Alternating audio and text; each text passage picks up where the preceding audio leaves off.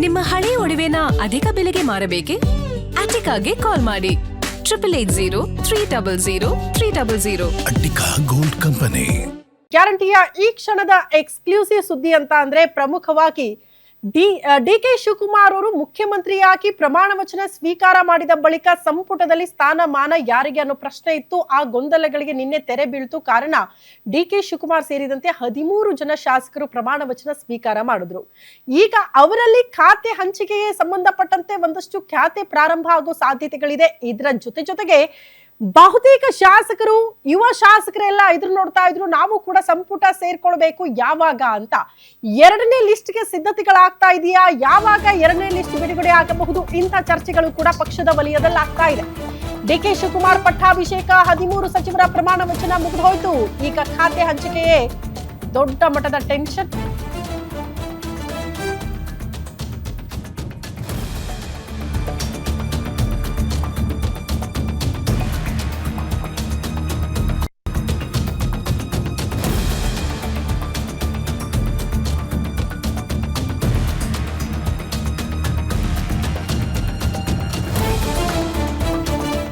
DK Shivakumar ಸಂಪುಟದಲ್ಲಿ ಸ್ಥಾನ ಪಡೆದುಕೊಳ್ಳೋರು ಯಾರು? ಎರಡನೇ ಲಿಸ್ಟ್ ನಲ್ಲಿ ಆದ್ಯತೆ ಯಾರಿಗೆ? ಯುವಕರಿಗೆ ಆದ್ಯತೆ ಕೊಡ್ತಾರಾ ಡಿಕೆ ಶಿವಕುಮಾರ್ ಅನ್ನೋದು ಸದ್ಯ ಇರುವಂತ ಪ್ರಶ್ನೆ. ಯಾಕಂದ್ರೆ ಅವರ ಒಲವು ಹಂಗೆ ಇದೆ. ಎರಡನೇ ಲಿಸ್ಟ್ ನಲ್ಲಿ ಯುವ ಶಾಸಕರಿಗೆ ಚಾನ್ಸ್ ಸಿಗುತ್ತಾ? ಮೊದಲ ಲಿಸ್ಟ್ ಅಲ್ಲಿ ನಿರೀಕ್ಷೆ ಇತ್ತು ಯತೀಂದ್ರ ಸಿದ್ದರಾಮಯ್ಯನವರನ್ನ ಹೊರತುಪಡಿಸಿದ್ರೆ ಉಳಿದವರೆಲ್ಲ ಕೂಡ ಸಚಿವರಾಗಿ ಕೆಲಸ ಮಾಡಿದವರೇ, ಸಿದ್ದರಾಮಯ್ಯನವರ ಸಂಪುಟದಲ್ಲಿ ಇದ್ದವರೇ ಅಗೇನ್ ಸ್ಥಾನಮಾನ ಪಡ್ಕೊಂಡ್ರು. ಅಲ್ಲಿಗೆ ಯುವಕರಿಗೆ ಮಾನ್ಯತೆ ಸಿಗ್ಲಿಲ್ಲ ಮೊದಲ ಲಿಸ್ಟ್ ಅಲ್ಲಿ ಅಂತ. ಅಟ್ಲೀಸ್ಟ್ ಎರಡನೇ ಲಿಸ್ಟ್ ಅಲ್ಲಾದ್ರೂ ಯುವ ಶಾಸಕರಿಗೆ ಅವಕಾಶ ಸಿಗುತ್ತಾ? ಆ ಕುರಿತ ಎಕ್ಸ್ಕ್ಲೂಸಿವ್ ಮಾಹಿತಿಯನ್ನ ಗ್ಯಾರಂಟಿ ನ್ಯೂಸ್ ನಿಮ್ಮ ಮುಂದೆ ಇಡುತ್ತೆ. ನಮ್ಮ ಹತ್ರ ಎರಡನೇ ಪಟ್ಟಿ ಕೂಡ ಇದೆ. ಹಾಗಾದ್ರೆ ಎರಡನೇ ಪಟ್ಟಿಯಲ್ಲಿ ಇರುವಂತಹ ಹೆಸರುಗಳು ಯಾರದ್ದು?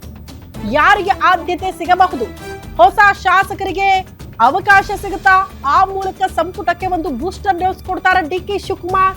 ಇದು ಸದ್ಯಕ್ಕೆ ಇರುವಂತಹ ಕುತೂಹಲ. ಕಾರಣ ಒಬ್ಬ ಯುವ ನಾಯಕನಾಗಿದ್ದಾರೆ ಡಿಕೆ ಶಿವಕುಮಾರ್. ಮುಖ್ಯಮಂತ್ರಿ ಗಾದಿಗೇರಿರೋದ್ರಿಂದ ಪಕ್ಷಕ್ಕೆ, ಪಕ್ಷ ಸಂಘಟನೆಗೆ ಸಹಕಾರಿ ಆಗಬೇಕು ಅಂದ್ರೆ ಯುವಕರಿಗೆ ಮಾನ್ಯತೆ ಸಿಗಬೇಕು ಅನ್ನೋದು ಅವರ ಅಜೆಂಡಾ. ಹಾಗಾಗಿ ಅದನ್ನ ಇಂಪ್ಲಿಮೆಂಟ್ ಮಾಡ್ತಾರ ಸಂಪುಟ ವಿಚಾರದಲ್ಲಿ ಅನ್ನೋದು ಕುತೂಹಲ. ಸದ್ಯಕ್ಕಿಲ್ವಂತೆ ಎರಡನೇ ಹಂತದ ಕ್ಯಾಬಿನೆಟ್ ವಿಸ್ತರಣೆ. ಜೂನ್ 18ಕ್ಕೆ ರಾಜ್ಯಸಭಾ ಚುನಾವಣೆ ಇದೆ, ಪರಿಷತ್ ಚುನಾವಣೆ ಇದೆ. ಅದೆರಡೂ ಮುಗಿಯೋ ತನಕ ಕೂಡ ಎರಡನೇ ಲಿಸ್ಟ್ ಬಗ್ಗೆ ಯಾವುದೇ ರೀತಿಯ ಚರ್ಚೆಗಳಿಲ್ಲ. ಚುನಾವಣೆ ಬಳಿಕನೇ ಸಂಪುಟ ವಿಸ್ತರಣೆಗೆ ತಲೆ ಕೆಡಿಸ್ಕೊಳ್ತಾರೆ ಡಿಕೆ ಶಿವಕುಮಾರ್. ಸಚಿವಾಕಾಂಕ್ಷಿಗಳು ಇನ್ನು 16 ದಿನ ಕಾಯಲೇಬೇಕಾದಂತ ಅನಿವಾರ್ಯತೆ ಇದೆ. ದಿಲ್ಲಿಯಲ್ಲೇ ಶಾರ್ಟ್ ಲಿಸ್ಟ್ ಮಾಡಿದೆ ಅಂತೆ ಹೈಕಮಾಂಡ್. ಎರಡನೇ ಲಿಸ್ಟ್ ಬಗ್ಗೆ ಕೂಡ ಒಂದು ಶಾರ್ಟ್ ಲಿಸ್ಟ್ ರೆಡಿ ಆಗಿದೆ. ಬಟ್ ಅದರಲ್ಲಿ ಯಾರನ್ನ ಅಂತಿಮಗೊಳಿಸುತ್ತೆ ಹೈಕಮಾಂಡ್ ಅನ್ನೋದು ಕುತೂಹಲ. 70 ಆಕಾಂಕ್ಷಿಗಳ ಪಟ್ಟಿಯನ್ನ 40ಕ್ಕೆ ಇಳಿಸಿದೆಯಂತೆ ಕಾಂಗ್ರೆಸ್ ಹೈಕಮಾಂಡ್. 40ರಲ್ಲಿ 19 ಶಾಸಕರಿಗೆ ಸಚಿವರಾಗುವ ಭಾಗ್ಯ ಸಿಗುತ್ತೆ. ಯಾರವರು? ಯುವ ಶಾಸಕರಿಗೆ ಮಾನ್ಯತೆನ ಜಿಲ್ಲಾವಾರು ಅವಕಾಶ ಕೊಡೋದಕ್ಕೆ ಡಿಕೆ ಶಿವಕುಮಾರ್ ನಿರ್ಧಾರ ಮಾಡಿದ್ದಾರೆ. ಹಾಗಾದ್ರೆ ಎರಡನೇ ಲಿಸ್ಟ್ ನಲ್ಲಿ ಯಾವ ಜಿಲ್ಲೆಗೆ ಮಾನ್ಯತೆ? ಗ್ಯಾರಂಟಿ ನ್ಯೂಸ್ಗೆ 19 ಜನರ ಲಿಸ್ಟ್ ಲಭ್ಯ ಆಗಿದೆ. ಇದೇ ಅಂತಿಮ ಅಂತ ಅಲ್ಲ, ಸ್ವಲ್ಪ ಚೇಂಜಸ್ ಆದ್ರೂ ಕೂಡ ಆಶ್ಚರ್ಯ ಪಡಬೇಕಾಗಿಲ್ಲ. ಕಾರಣ ಒಂದು ಸಾಧ್ಯತೆಯನ್ನ ನಿಮ್ಮ ಮುಂದೆ ಇಡ್ತಾ ಇದೀವಿ. ಹಿಂಗಾಗಬಹುದು. ಜಿಲ್ಲಾವಾರು ಪ್ರಾತಿನಿಧ್ಯ ಸಿಕ್ಕರೆ, ಜಿಲ್ಲಾವಾರು ಸಚಿವ ಸ್ಥಾನ ಹಂಚಿಕೆ ಆದ್ರೆ, ಈಗ ಆಲ್ರೆಡಿ ಸಮುದಾಯಕ್ಕೆ ಪ್ರಿಫರೆನ್ಸ್ ಕೊಟ್ಟು ಸಮುದಾಯವಾರು ಹಂಚಿಕೆ ಆಗಿ ಹೋಗಿದೆ. ಬಟ್ ಯುವ ಶಾಸಕರು ಅಂತ ಬಂದಾಗ ಜಿಲ್ಲಾವಾರು ಅಂತ ಗಮನದಲ್ಲಿ ಇಟ್ಕೊಂಡ್ರೆ ಯಾರಿಗೆ ಸಿಗಬಹುದು ಅನ್ನುವಂತ ಸಾಧ್ಯತೆಗಳನ್ನ ನಾವು ಗಮನಿಸಬೇಕಾಗುತ್ತೆ. ಬಟ್ ಇದೇ ಅಂತಿಮ, ಇದನ್ನೇ ಫೈನಲ್ ಮಾಡುತ್ತೆ ಹೈಕಮಾಂಡ್, ಹಿಂಗೆ ರೆಡಿ ಆಗಿದೆ, ಇದನ್ನೇ ಘೋಷಣೆ ಮಾಡಿಬಿಡುತ್ತೆ ಅಂತ ಅಲ್ಲ. ಒಂದು ಸಾಧ್ಯತೆಗಳ ಬಗ್ಗೆ ಚರ್ಚೆ ಆಗುತ್ತೆ.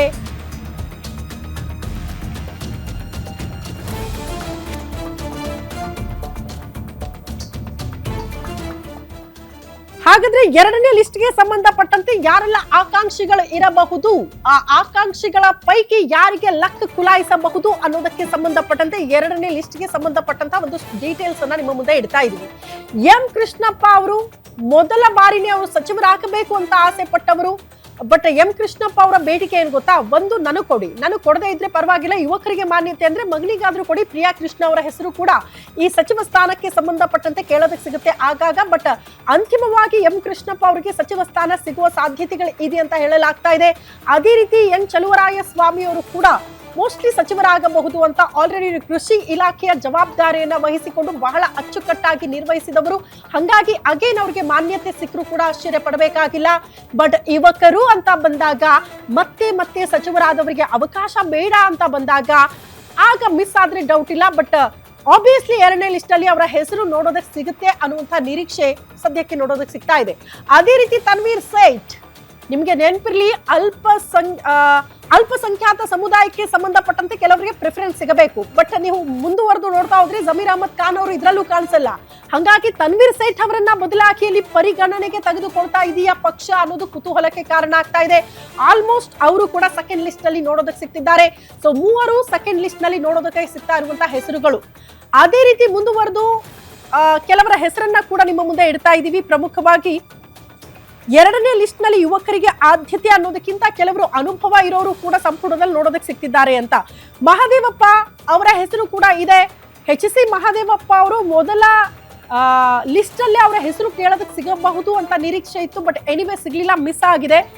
ಸಿದ್ದರಾಮಯ್ಯನವರ ಸಂಪುಟದಲ್ಲಿ ಕೆಲಸ ಮಾಡಿದವರು. ಬಟ್ ಎರಡನೇ ಲಿಸ್ಟ್ ಅಲ್ಲಾದ್ರೂ ಅವ್ರಿಗೆ ಸಿಗುತ್ತಾ ಅಥವಾ ಮಿಸ್ ಆಗುತ್ತಾ ಅದು ಕುತೂಹಲ ಇರೋದು. ಬಟ್ ಎನಿವೇ ಹೈಕಮಾಂಡ್ ಒಲವು ತೋರಿಸಿದೆ ಅವರಿಗೆ ಕೊಡೋದಕ್ಕೆ ಅಂತ. ಶಿವಲಿಂಗೇಗೌಡ ಅವರು ಹಾಸನ ಭಾಗದಿಂದ, ನೀವು ಜಿಲ್ಲಾವಾರು ಅಂತ ಗಮನಿಸಿದ್ರೆ ಹಾಸನ ಭಾಗದಿಂದ ಶಿವಲಿಂಗೇಗೌಡ ಅವರನ್ನ ಫೈನಲ್ ಮಾಡಬಹುದು ಪಕ್ಷ ಅಂತ ನೋಡೋದಕ್ಕೆ ಸಿಗ್ತಾ ಇದೆ. ಶಿವಲಿಂಗೇಗೌಡ ಅವರು ಸಿದ್ದರಾಮಯ್ಯನವರ ಸಂಪುಟದಲ್ಲೇ ಅಲ್ಲ ಸರ್ ನಮ್ಗೆ ಕೊಡ್ತೀವಿ ಅಂತ ಅಂದ್ರೆ ಕೊಡ್ಲೇ ಇಲ್ಲ, ದಯವಿಟ್ಟು ಹೆಂಗಾರು ಮಾಡಿ ಮಿನಿಸ್ಟರ್ ಮಾಡಿ ಸರ್, ಯಾವ್ದಾದ್ರು ಖಾತೆ ಆದ್ರೂ ಪರವಾಗಿಲ್ಲ, ನಮಗೊಂದು ಅವಕಾಶ ಮಾಡಿಕೊಡಿ ಅಂತ ಕೇಳ್ತಾ ಬಂದಿದ್ರು. ಆಗ ಮಿಸ್ ಆಗಿತ್ತು. ಬಟ್ DK ಶಿವಕುಮಾರ್ ಅವರ ಸಂಪುಟದಲ್ಲಿ ಸ್ಥಾನ ಪಡೆದುಕೊಳ್ಳುವ ಸಾಧ್ಯತೆಗಳು ಶಿವಲಿಂಗೇಗೌಡ ಅವರಿಗೆ ಇದೆ ಅನ್ನುವಂತಹ ಸಾಧ್ಯತೆಗಳು ನೋಡೋದಕ್ಕೆ ಸಿಗ್ತಾ ಇದೆ ಜಿಲ್ಲಾವಾರು ಅಂತ ಬಂದಾಗ ಹಾಸನ ಭಾಗದಿಂದ. ಅದೇ ರೀತಿ ತುಮಕೂರು ಭಾಗದಿಂದ ಯಾರಿಗೆ ಸಿಗುತ್ತೆ ಅಂದ್ರೆ TB ಜಯಚಂದ್ರ ಅವರು. ಈ ಹಿಂದೆ ಸಚಿವರಾಗಿ ಕೆಲಸ ಮಾಡಿದವರು. ಬಟ್ ಲಾಸ್ಟ್ ಟೈಮ್ ಮಿಸ್ ಆಗಿತ್ತು ಅನ್ನೋ ಕಾರಣಕ್ಕೆ ಈ ಬಾರಿ DK ಶಿವಕುಮಾರ್ ಅವರ ಸಂಪುಟದಲ್ಲಿ TB ಜಯಚಂದ್ರ ಅವರಿಗೆ ಏನಾದ್ರೂ ಅವಕಾಶ ಸಿಗುತ್ತಾ ಅನ್ನೋದು ಕುತೂಹಲ. ಈ ಹಿಂದೆ ಎಲ್ಲ ಕಾನೂನು ಸಚಿವರಾಗಿ ಕೆಲಸ ಮಾಡಿದ್ದಾರೆ, ಅನುಭವ ಇದೆ, ಹಿರಿಯರು. ಬಟ್ ಹೊಸ ಮುಖಗಳಿಗೆ ಆದ್ಯತೆ ಅಂತ ಬಂದಾಗ ಮಿಸ್ ಆದ್ರೂ ಆಶ್ಚರ್ಯ ಪಡಬೇಕಾಗಿಲ್ಲ. ಬಟ್ ಸೆಕೆಂಡ್ ಲಿಸ್ಟ್ ಅಲ್ಲಿ TB ಜಯಚಂದ್ರ ಅವರ ಹೆಸರು ನೋಡೋದಕ್ಕೆ ಸಿಗ್ತಾ ಇದೆ. ತುಮಕೂರು ಜಿಲ್ಲಾವಾರು ಅಂತ ಗಮನಿಸಿದ್ರೆ ತುಮಕೂರು ಭಾಗದಿಂದ. ಚಿತ್ರದುರ್ಗದಿಂದ ರಘುಮೂರ್ತಿ ಅವರ ಹೆಸರು ಕೇಳೋದಕ್ಕೆ ಸಿಗ್ತಾ ಇದೆ. ರಘುಮೂರ್ತಿ ಅವರು ಆಲ್ಮೋಸ್ಟ್ ಈ ಬಾರಿ ಸಚಿವರಾಗುವಂತಹ ಸಾಧ್ಯತೆಗಳು ದಟ್ಟವಾಗಿದೆ. DK ಶಿವಕುಮಾರ್ ಅವರ ಸಂಪುಟದಲ್ಲಿ ಅವರಿಗೆ ಸ್ಥಾನಮಾನ ಸಿಕ್ಕರೂ ಕೂಡ ಆಶ್ಚರ್ಯ ಪಡಬೇಕಾಗಿಲ್ಲ.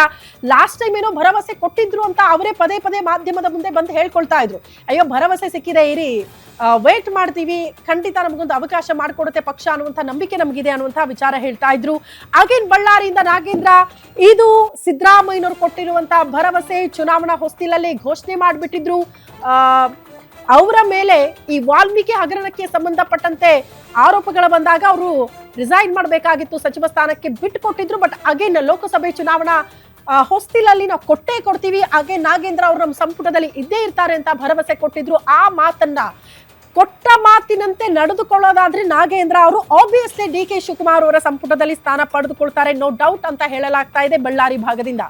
ಅದೇ ರೀತಿ ದಾವಣಗೆರೆ ಭಾಗದಿಂದ SS ಮಲ್ಲಿಕಾರ್ಜುನ್ ಶಾಮನೂರು ಶಿವಶಂಕರಪ್ಪ ಅವರ ಮಗ, ಅವರ ಫ್ಯಾಮಿಲಿಗೆ ಒಂದಂತೂ ಇದ್ದೇ ಇರುತ್ತೆ ಯಾವಾಗ್ಲೂ ಕೂಡ. ಹಂಗಾಗಿ ಅಗೇನ್ SS ಮಲ್ಲಿಕಾರ್ಜುನ್ ಅವರು ಸ್ಥಾನಮಾನ ಪಡ್ಕೊಳ್ತಾರ ಸಂಪುಟದಲ್ಲಿ ಅನ್ನೋದು ಸದ್ಯ ಇರುವಂತಹ ಕುತೂಹಲ, ಕಾದ್ ನೋಡ್ಬೇಕು. ಅದೇ ರೀತಿ ಹಾವೇರಿ ಭಾಗದಿಂದ ಅಂತ ಬಂದ್ರೆ ರುದ್ರಪ್ಪ ಲಮಾಣಿ ಅವರ ಹೆಸರು ಕೇಳೋದಕ್ಕೆ ಸಿಗ್ತಾ ಇದೆ. ಕಾದ್ ನೋಡ್ಬೇಕು ರುದ್ರಪ್ಪ ಲಮಾಣಿ ಅವರು ಏನಾದ್ರೂ ಸಚಿವ ಸ್ಥಾನ ಪಡೆದುಕೊಳ್ಳೋದ್ರಲ್ಲಿ ಯಶಸ್ವಿ ಆಗ್ತಾರಾ ಅಂತ. ಬೇಕಂದ್ರೆ ಹೊಸ ಮುಖಗಳಿಗೆ ಯಾರಿಗೆ ಸಚಿವ ಸ್ಥಾನ ಸಿಕ್ಕಿಲ್ವೋ ಈ ಹಿಂದೆ ಅಂತವ್ರಿಗೆ ಅವಕಾಶ ಕೊಟ್ಟು ನಾವು ನೋಡ್ತೀವಿ ಅನ್ನೋ ಮನಸ್ಥಿತಿಯಲ್ಲಿ DK ಶಿವಕುಮಾರ್ ಇದ್ದಾರಲ್ಲ, ಆ ನಿಟ್ಟಿನಲ್ಲಿ ಏನಾದ್ರೂ ಅವ್ರಿಗೆ ಅವಕಾಶ ಸಿಗುತ್ತಾ ಅನ್ನೋದನ್ನ ಕಾದ್ ನೋಡ್ಬೇಕು.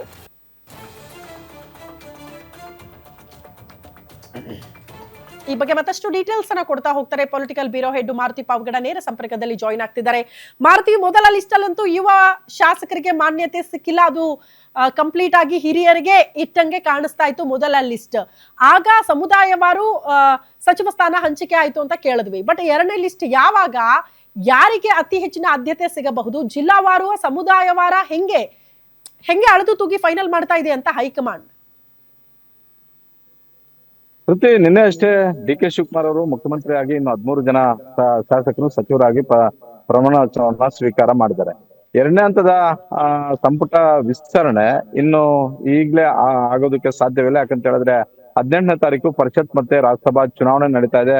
ಹೀಗಾಗಿ ಕಾಂಗ್ರೆಸ್ ಹೈಕಮಾಂಡ್ ನಿಗಾ ಇರುವಂತದ್ದು 18ನೇ ತಾರೀಕು ನಡೆಯುವಂತಹ ಪರಿಷತ್ ಹಾಗೂ ರಾಜ್ಯಸಭಾ ಚುನಾವಣೆಯ ಮೇಲೆ. ಯಾಕಂತ ಹೇಳಿದ್ರೆ ಈಗ ಒಂದು ವೇಳೆ ಈಗ್ಲೇ ಎಲ್ಲರನ್ನು ಸಂಪುಟ ವಿಸ್ತರಣೆ ಮಾಡಿ ಕೆಲವ್ರಿಗಷ್ಟೇ ಅವಕಾಶಗಳು ಸಿಕ್ಕಿದಾದ್ರೆ ಅವಕಾಶಗಳು ಸಿಗದೇ ಇರುವಂತವ್ರು ಪರಿಷತ್ ಮತ್ತೆ ರಾಜ್ಯಸಭಾ ಚುನಾವಣೆಯಲ್ಲಿ ಉಲ್ಟಾ ಹೊಡಿಬಹುದು ಅನ್ನುವಂತ ಒಂದು ಆತಂಕ. ಉಲ್ಟಾ ಹೊಡೆಯೋದು ಅಷ್ಟೊಂದು ಸುಲಭ ಇರೋದಿಲ್ಲ. ಆದ್ರೆ ಆ ಆತಂಕ ಡಿ.ಕೆ. ಶಿವಕುಮಾರ್ ಅವ್ರಿಗೂ ಇರುತ್ತೆ, ಸಿದ್ದರಾಮಯ್ಯ ಅವ್ರಿಗೂ ಇರುತ್ತೆ, ಕಾಂಗ್ರೆಸ್ ಹೈಕಮಾಂಡ್ಗೂ ಕೂಡ ಇರುತ್ತೆ. ಹೀಗಾಗಿ 18ನೇ ತಾರೀಕು ಬಳಿಕವೇ ಸಂಪುಟ ವಿಸ್ತರಣೆ ಅನ್ನುವಂತ ಒಂದು ಮಾಹಿತಿಯನ್ನ ಖಚಿತವಾಗಿ ಡಿ.ಕೆ. ಶಿವಕುಮಾರ್ ಅವರು ಹೇಳಿದ್ದಾರೆ, ಸಿದ್ದರಾಮಯ್ಯ ಅವರು ಕೂಡ ಹೇಳಿದ್ದಾರೆ. ಆದ್ರೆ ಮೊನ್ನೆ ಡಿ.ಕೆ. ಶಿವಕುಮಾರ್ ಮತ್ತೆ ಸಿದ್ದರಾಮಯ್ಯ ಅವರು ದೆಹಲಿಯ ಹೈಕಮಾಂಡ್ ಅಂಗಳಕ್ಕೆ ಹೋದಾಗ ಮೊದಲನೇದಾಗಿ ನಿನ್ನೆ ಯಾರೆಲ್ಲ ಮುಖ್ಯಮಂತ್ರಿಗಳ ಜೊತೆಗೆ ಪ್ರಮಾಣ ವಚನ ಸ್ವೀಕಾರ ಮಾಡ್ಬೇಕು ಆ ಪಟ್ಟಿಯನ್ನ ಫೈನಲ್ ಮಾಡಿದ್ರು. ಅದಾದ ಬಳಿಕ ಏನು ಸಚಿವ ಸ್ಥಾನದ ಆಕಾಂಕ್ಷಿಗಳಲ್ಲಿ ಸುಮಾರು 70 ಜನರ ಪಟ್ಟಿ ಹೈಕಮಾಂಡ್ ಅಂಗಳದಲ್ಲಿತ್ತು, ಅದನ್ನ ಶಾರ್ಟ್ ಲಿಸ್ಟ್ ಮಾಡುವಂತ ಒಂದು ಕೆಲಸವನ್ನ ಮಾಡಿದ್ರು. ಅದನ್ನ 40-45ಕ್ಕೆ ತರುವಂತ ಒಂದು ಕೆಲಸವನ್ನ ಸುರ್ಜೇವಾಲಾ ಮತ್ತೆ ವೇಣುಗೋಪಾಲ್ ಅವರು ಮಾಡಿದ್ರು. ಅದಾದ ಬಳಿಕ ಈಗ ಸರ್ಕಸ್ ನಡೀತಾ ಇರೋದು. ನಿನ್ನೆ ಇರುವಂತಹ 33 ಜನ ಅಂದ್ರೆ ಮುಖ್ಯಮಂತ್ರಿಗಳನ್ನ ಸೇರಿಸ್ಕೊಂಡು 33 ಜನ ಸಚಿವಗಳು ಕ್ಯಾಬಿನೆಟ್ ಅಲ್ಲಿ ಇರಬಹುದು. ಹೀಗಾಗಿ ನಿನ್ನೆ 13 ಜನ ಸಚಿವರಾಗಿ ಡಿ.ಕೆ. ಶಿವಕುಮಾರ್ ಅವರು ಮುಖ್ಯಮಂತ್ರಿ ಆಗಿ ಪ್ರಮಾಣ ವಚನ ಸ್ವೀಕಾರ ಮಾಡಿರೋದ್ರಿಂದ ಉಳಿದ ಸ್ಥಾನಗಳನ್ನ ತುಂಬೋದಕ್ಕೆ ಕಸರತ್ತು ನಡೀತಾ ಇದೆ. ನನಗೆ ಸಿಕ್ಕಿರುವಂತಹ ಈ ಒಂದು ಪಟ್ಟಿ ಎಐಸಿಸಿ ಮೂಲಗಳಿಂದ ಸಿಕ್ಕಿರುವಂತಹ ಈ ಒಂದು ಪಟ್ಟಿ ಬಹುತೇಕ ಅಂತಿಮ ಅನ್ನುವಂಥದ್ದು. ಆದ್ರೆ ನಿನ್ನೆ ನಡೆದಂತಹ ಪ್ರಮಾಣ ವಚನ ಸ್ವೀಕಾರ ಕಾರ್ಯಕ್ರಮದಲ್ಲಿ 13 ಶಾಸಕರು ಕೂಡ ಯುವಕರಲ್ಲ ಅನ್ನುವಂತ ಒಂದು ಆಕ್ಷೇಪ ಮತ್ತೆ ಅಸಮಾಧಾನ ಇದ್ದೇ ಇದೆ. ಹಿಂದೆ ಏನು ಡಿ.ಕೆ. ಶಿವಕುಮಾರ್ ಅವರು ಹೇಳಿದ್ರು, ಕಾಂಗ್ರೆಸ್ ಹೈಕಮಾಂಡ್ ಹೇಳಿತು ಯುವಕರಿಗೆ ಅವಕಾಶಗಳನ್ನ ಕೊಡ್ತೀವಿ ಅಂತ. ಒಂದು ಮತ್ತೆ ಏನಂತ ಹೇಳಿದ್ರೆ ಪುನಃ ಆದಂತವ್ರಿಗೆ ಅವಕಾಶಗಳನ್ನ ಕೊಡೋದಿಲ್ಲ ಅಂತ ಹೇಳಿದ್ರು. ನಿನ್ನೆ ಮತ್ತೆ ಪುನಃ ಆದಂತವ್ರಿಗೆ ಹಲವರಿಗೆ ಅವಕಾಶಗಳು ಸಿಕ್ಕಿದೆ ಅನ್ನುವಂತ ಒಂದು ಆಕ್ಷೇಪ ಮತ್ತೆ ಅಸಮಾಧಾನ ವ್ಯಕ್ತವಾಗ್ತಾ ಇದೆ. ಮತ್ತೊಂದ್ ಕಡೆ ಸಮುದಾಯವಾರು ಕೊಡೋದ್ರಲ್ಲೂ ಕೂಡ ವಿಫಲರಾಗಿದ್ದಾರೆ ಅನ್ನುವಂಥದ್ದು, ಜಾತಿವಾರು ಜಿಲ್ಲಾವಾರು ಕೊಡೋದ್ರಲ್ಲೂ ಕೂಡ ನಿನ್ನೆ ಸಕ್ಸಸ್ ಆಗಿಲ್ಲ ಅಂತ. ಹೌದು, ಖಚಿತ ನಿಜ ಕೂಡ ಅದು. ಯಾಕಂತ ಹೇಳಿದ್ರೆ ಇದ್ದಿದ್ದು ಕೇವಲ 13 ಜನರನ್ನ ಮಾತ್ರ ತೆಗೆದುಕೊಳ್ಬೇಕು ಅಂತ ಎಲ್ಲಾ ಜಿಲ್ಲೆಗಳಿಗೂ ಎಲ್ಲಾ ಸಮುದಾಯಗಳಿಗೂ ಪ್ರಾತಿನಿಧ್ಯ ಕೊಡೋದಕ್ಕೆ ಆಗ್ಲಿಲ್ಲ. ಹೀಗಾಗಿ 2ನೇ ಬಾರಿ ಸಂಪುಟ ವಿಸ್ತರಣೆ 18ನೇ ತಾರೀಕು ಆದ ಬಳಿಕ ಆಗುವಂತದಲ್ಲ. ಅದರಲ್ಲಿ ಒಂದು ಜಿಲ್ಲಾವಾರು, ಮತ್ತೊಂದು ಸಮುದಾಯವಾರು, ಮತ್ತೊಂದು ಯುವಕರಿಗೆ ಹೆಚ್ಚು ಅವಕಾಶಗಳನ್ನ ಕೊಡಬೇಕು ಅನ್ನುವಂತ ಒಂದು ನಿರ್ಧಾರಗಳು ಆದಂತೆ ಕಾಣಿಸ್ತಿದೆ. ಈ ಚರ್ಚೆ ಮೊನ್ನೆ ರಾಹುಲ್ ಗಾಂಧಿ ಅವರ ಮುಂದೆನೆ ಆಗಿದೆ. ಹೀಗಾಗಿ ಈಗ ನಾವೇನು ಬೆಂಗಳೂರು ಆದಿಯಾಗಿ ಚಿಕ್ಕಬಳ್ಳಾಪುರ, ಕೋಲಾರ, ಬೆಂಗಳೂರಿಂದ ಬೀದರ್ವರೆಗೂ ಜಿಲ್ಲಾವಾರು ಮತ್ತೆ ಸಮುದಾಯವಾರು ಪಟ್ಟಿಯನ್ನ ಹಾಕ್ತಾ ಇದ್ವಿ. ಈ 18 ಜನರ ಹೆಸರು ಅಂತಿಮ ಇದೆ ಅನ್ನೋ ಸಿಗ್ತಾ ಇರುವಂತದ್ದು. ಈ ಪಟ್ಟಿಯಲ್ಲಿ ಬಹುತೇಕ ಜಿಲ್ಲಾವಾರುನು ಇದೆ, ಸಮುದಾಯವಾರುನು ಇದೆ. ಅದೇ ರೀತಿ ಯುವಕರಿಗೂ ಕೂಡ ಒಂದೆರಡು ಕಡೆ ಯುವಕರಿಗೂ ಅವಕಾಶಗಳು ಕೊಡುವಂತದ್ದು, ಜೊತೆಗೆ ಆದವ್ರಿಗೆ ಅವಕಾಶಗಳು ಕೊಡೋದಕ್ಕಿಂತ ಕೂಡ ಬೇರೆ ಬೇರೆಯವ್ರಿಗೂ ಕೂಡ ಅವಕಾಶಗಳು ಕೊಡ್ತಾ ಇದ್ದಾರೆ. ಈಗ ಹಾವೇರಿ ಅಂತ ಬಂದಾಗ, ಹುಬ್ಬಳ್ಳಿ ಧಾರವಾಡ ಅಂತ ಬಂದಾಗ ಸಹಜವಾಗಿ ಸಂತೋಷ್ ಲಾಡ್ ಅವರ ಹೆಸರು ಪದೇ ಪದೇ ಕೇಳಿ ಬರ್ತಿತ್ತು. ಈ ಬಾರಿ ಸಂತೋಷ್ ಲಾಡ್ ಅವರನ್ನ ಪಕ್ಷ ಸಂಘಟನೆಗೆ ಬಳಸ್ಕೊಳ್ಬೇಕು, ಅಲ್ಲಿ ಬೇರೆಯವ್ರಿಗೆ ಅವಕಾಶವನ್ನ ಮಾಡ್ಕೊಡ್ಬೇಕು ಅಂತ ಹಾವೇರಿಯಿಂದ ರುದ್ರಪ್ಪ ಲಮಾಣಿ ಅವರು ಹಿಂದೆ ಸಚಿವರಾಗಿದ್ದಂತವ್ರು ಒಮ್ಮೆ ಮಾತ್ರ 1 ವರ್ಷಕ್ಕೆ ಸಚಿವರಾಗಿದ್ರು. ಈಗ ಮತ್ತೊಮ್ಮೆ ಅವ್ರಿಗೆ ಅವಕಾಶಗಳು ಸಿಗ್ತಿದೆ. ಬೆಳಗಾವಿಯಿಂದ ಲಕ್ಷ್ಮಣ್ ಸವದಿ ಮತ್ತೆ ಲಕ್ಷ್ಮೀ ಹೆಬ್ಬಾಳ್ಕರ್ ಅವರು ಕೂಡ ಜಾಯ್ನ್ ಆಗ್ಬೋದು. ಮೈಸೂರು ಭಾಗದಿಂದ ತನ್ವೀರ್ ಶೇಟ್ ಮತ್ತೆ ಮಾದೇವಪ್ಪ, ಮಂಡ್ಯದಿಂದ ಚಲುವರಾಯ, ಬೆಂಗಳೂರಿಂದ ಎಂ ಕೃಷ್ಣಪ್ಪ, ಬೆಂಗಳೂರು ಗ್ರಾಮಾಂತರ ಆಚಾರ್ಯ ರೂಪದಲ್ಲಿ ಶರತ್ ಬಚ್ಚೇಗೌಡರು ಎಂಟ್ರಿ ಆದ್ರೂ ಆಶ್ಚರ್ಯ ಇಲ್ಲ. ಚಿಕ್ಕಬಳ್ಳಾಪುರದಿಂದ ಸುಬ್ಬಾರೆಡ್ಡಿ. ಈ ರೀತಿಯಾಗಿ ಪ್ರತಿ ಸಮುದಾಯವಾರು ಮತ್ತೆ ಜಿಲ್ಲಾವಾರು ಕೊಡೋದಕ್ಕೆ ಕಾಂಗ್ರೆಸ್ ಹೈಕಮಾಂಡ್ ಲೆಕ್ಕಾಚಾರವನ್ನ ಹಾಕಿದೆ. ಈ 18 ಜನರು 18ನೇ ತಾರೀಕು ಬಳಿಕ ಸಂಪುಟಕ್ಕೆ ಸೇರೋದು ಪಕ್ಕ ಅನ್ನುವಂತ ಒಂದು ಮಾಹಿತಿ ಸಿಕ್ಕಿದೆ. ಶ್ರುತಿ. ಓಕೆ ಮಾರುತಿ, ಧನ್ಯವಾದಗಳು ತಮ್ಮೆಲ್ಲ ಮಾಹಿತಿಗೆ.